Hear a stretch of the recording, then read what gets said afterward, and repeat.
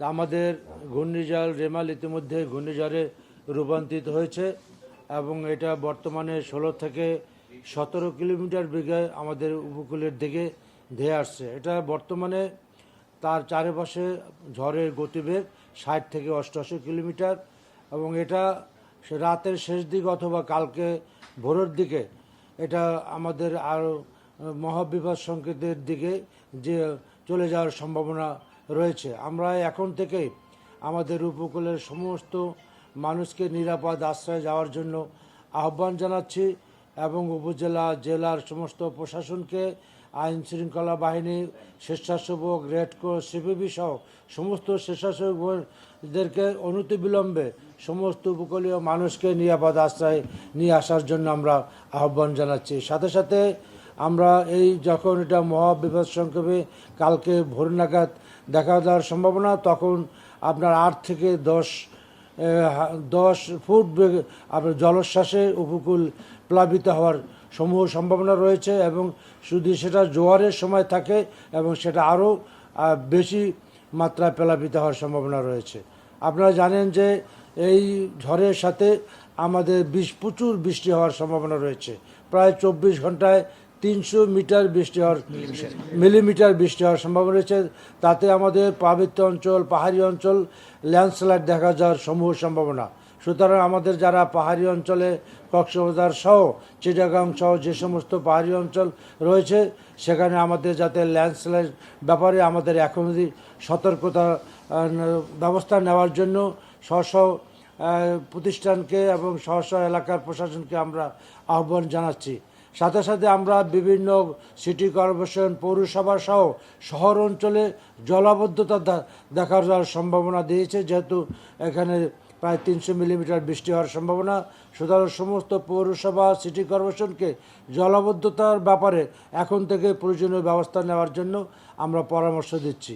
এক কথায় আমরা বঙ্গবন্ধু কন্যা জননেত্রী শেখ হাসিনা প্রতিনিয়তই আমাদেরকে এই ব্যাপারে পরামর্শ দিচ্ছেন এবং তার নেতৃত্বে এবং তার পরামর্শে আমরা ঘূর্ণিঝড় রেমাল মোকাবেলা করার জন্য আমাদের দুর্যোগ মন্ত্রণালয় এবং তার সমস্ত প্রশাসন, এখানে ফায়ার সার্ভিস, আবহাওয়া অফিস সহ এর সাথে সংশ্লিষ্ট সবাই আমরা সেই গতকাল থেকে আমরা দিন রাত্রে কাজ করতেছি এবং আমাদের সমস্ত সর্বশক্তি দিয়ে আমরা এটা মোকাবেলার জন্য বর্তমানে আমাদের প্রস্তুত রয়েছি এবং এই ঘূর্ণিঝড়ের সাথে সাথে যাতে প্রয়োজনীয় খাদ্য, চিকিৎসা সামগ্রী এবং স্বাভাবিক যে সমস্ত ঘূর্ণিঝড় এফেক্টেড মানুষের জন্য দরকার সে সমস্ত জিনিস আমরা মজুত রেখেছি এবং আমরা এফেক্টেড এলাকার প্রশাসনের সাথে, ডিসিএসপির সাথে সার্বক্ষণিকভাবে আমাদের সচিব সহ আমাদের ঊর্ধ্বতন কর্মকর্তাদের সার্বিকভাবে যোগাযোগ রয়েছে। তারা যখন যে সহযোগিতা চাইবে, যে প্রয়োজন দেখা দিবে, সেটা অতিরিক্ত দেখা দিল সেটাকে আমরা মিট আপ করার জন্য প্রস্তুত রয়েছে। আপনারা জানেন এমনিতেই আমাদের প্রত্যেকটা জেলায় আমাদের ঘূর্ণিঝড়ে আমাদের গোডাউন রয়েছে, সেখানে আমাদের পর্যাপ্ত সামগ্রী মজুত রয়েছে। তারপর অতিরিক্ত সাপ্লাই দেওয়ার জন্য আমরা আমাদের মন্ত্রণালয় সবসময় প্রস্তুত রয়েছে। এক কথায় আমরা বঙ্গবন্ধু কন্যা জননেত্রী শেখ হাসিনার নির্দেশে আমাদের যে এই মন্ত্রণালয় যে ঘূর্ণিঝড়ের প্রস্তুতি মোকাবেলার জন্য যে আমাদের একটা সুনাম রয়েছে, সেই সক্ষমতাকে কাজে লাগিয়ে আমরা এই পরিস্থিতিকে মোকাবেলা করার জন্য আমরা সর্বশক্তি নিয়ে আমরা প্রস্তুত রেখেছি। আমাদের সমস্ত উপজেলা, জেলা স্বেচ্ছাসেবকরা, আমাদের সিপিবি, আমাদের যে বিভিন্ন রেড ক্রসের যে উপজেলা এবং ইউনিয়ন লেভেলে তারা গতকাল থেকে মাঠে রয়েছে এবং ইতিমধ্যে তারা আশ্রয় নেওয়ার জন্য প্রস্তুতি নিয়ে ফেলেছে। এখন আমরা তাদেরকে নির্দেশ দিচ্ছি যে অনতিবিলম্বে সবাইকে নিরাপদ আশ্রয় নেওয়ার জন্য। সাথে সাথে সাগরের বিশেষ করে এইসব অঞ্চল এফেক্টেড এলাকায় বিভিন্ন সামরিক স্থাপনা রয়েছে, মোংলা পোর্ট রয়েছে, আপনার সেনানিবাস রয়েছে, পায়রা পোর্ট রয়েছে, চিটাগাং পোর্ট রয়েছে এবং বিভিন্ন বেসামরিক স্থাপনা রয়েছে। তাদের নৌযানগুলিকে আমরা নিরাপদ আশ্রয় অনতিবিলম্বে নিরাপদ আশ্রয় নেওয়ার জন্য আমরা তাদেরকে অনুরোধ জানাচ্ছি এবং এটা মোটামুটি যেহেতু রেমাল মোটামুটি আমাদের ঘূর্ণিঝড়ে রূপান্তরিত হয়ে গেছে, সুতরাং এখন আমাদের কালক্ষেপণের সময় নাই। আমরা সমস্ত শক্তি নিয়ে এটা মোকাবেলা করার জন্য আমাদেরকে ঝাঁপিয়ে পড়তে হবে। এই জন্য দেশবাসীকে ধৈর্য ধারণ করে সাহসের সাথে এই মোকাবেলা করার জন্য সবাইকে প্রস্তুত থাকার আহ্বান জানাচ্ছি। জয় বাংলা, জয় বঙ্গবন্ধু।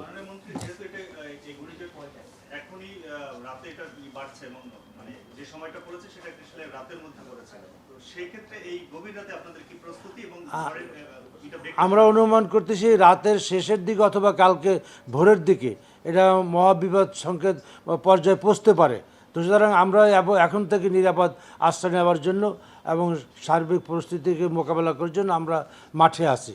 তারপরে যখন যেটা প্রয়োজন হবে আমরা যদি সেই জন্য আমরা সমস্ত প্রশাসন, আমাদের কর্মী বাহিনী, স্বেচ্ছাসেবকরা প্রস্তুত রয়েছে। ধন্যবাদ। এটা ধরেন আগামীকাল ভোর থেকেই এটার প্রাথমিক পর্যায়ে আঘাত শুরু হবে। আগামীকাল এবং সন্ধ্যা পর্যন্ত মধ্যে এটা অতিক্রম করবে বলে আমাদের বর্তমানে পূর্বাভাস যে মনে হচ্ছে আর কি।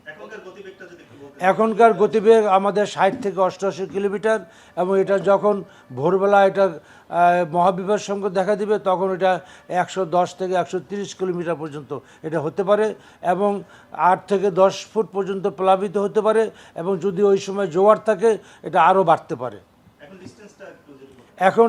এখন আমাদের মোংলা পোর্ট এবং আমাদের পায়রা পোর্ট থেকে 365 কিলোমিটার দূরে রয়েছে, মোংলা পোর্ট থেকে 405 কিলোমিটার দূরে রয়েছে, এবং এটা 16 থেকে 17 মাইল বেগে ধেয়ে আসছে সামনের দিকে। সবাইকে ধন্যবাদ। জয় বাংলা, জয় বঙ্গবন্ধু।